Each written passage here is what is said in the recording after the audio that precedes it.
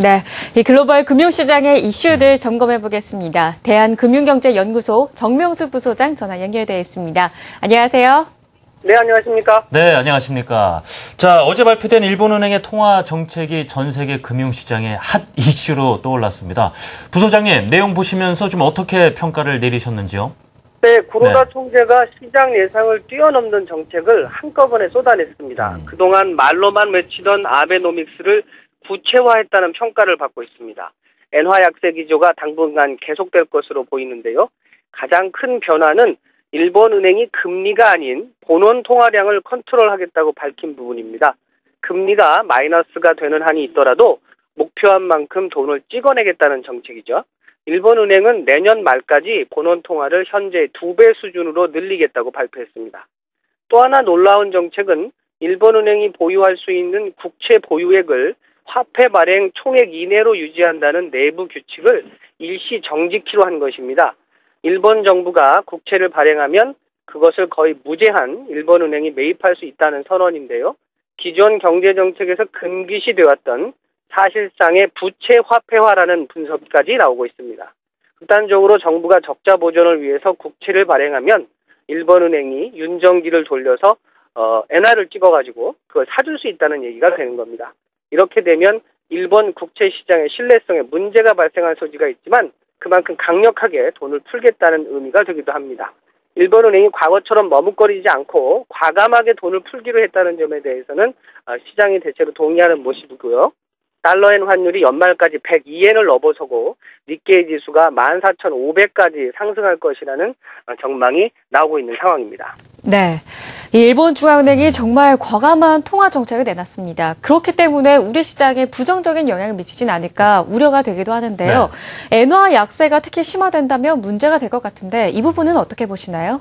네, 이게 가장 걱정이 되는 부분이 그 부분인데요. 엔화가 이런 추세로 가면 우리 기업에게 치명적인 외상을 줄 수가 있습니다. 지금 달러원 환율이 북한 문제 때문에 상승하면서 엔 약세를 어느 정도 커버하는 형국인데요. 원화의 절하 속도가 엔화의 절하 속도를 따라가지 못한다면 우리 기업들이 영향을 받을 수 있습니다.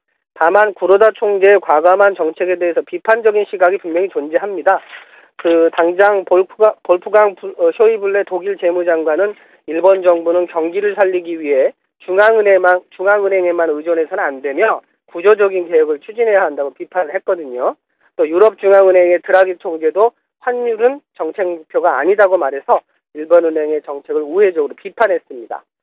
일본은행의 무제한 화폐 발행, 아까 말씀드린 부채 화폐화는 사실 2차 세계대전 직전에 독일 바이마르 공화국 시절에 하이퍼 인플레이션을 유발했었던 그 역사적 경험이 있거든요. 독일의 영향권 하에 있는 유럽중앙은행이 이런 식의 화폐 증발에 대해서 노이로제 반응을 보이는 것이 다 이런 역사적 경험 때문입니다. 중앙은행으로서 실험을 하는 것인데 우리나라 김중사하는 총재는 나라 경제를 가지고 실험을 할 수 없다 이런 말씀도 하셨는데 일본은행의 결정이 과연 어떤 결과를 가져올 것인지 우려와 기대를 동시에 갖게 합니다. 네, 유럽이 일본의 이런 정책을 비난하는 이유, 결국은 그 역사적인 경험에서 비롯된 것이었군요. 네. 자, 마침 유럽중앙은행도 통화 정책을 발표했습니다. 금리 동결을 했는데 추후에는 좀 금리를 낮출 의사도 있다. 이런 문은 좀 열어놓은 것 같습니다. 네, 유럽중앙은행이 기준금리를 동결하긴 했지만 추가금리 인하 가능성을 내비쳤습니다.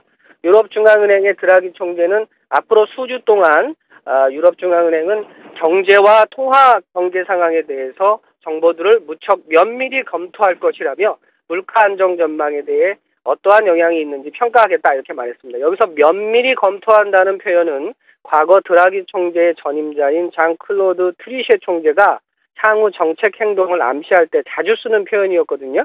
그래서 시장에서는 드라기 총재가 금리 인하 가능성을 시사한 것으로 보고 있습니다.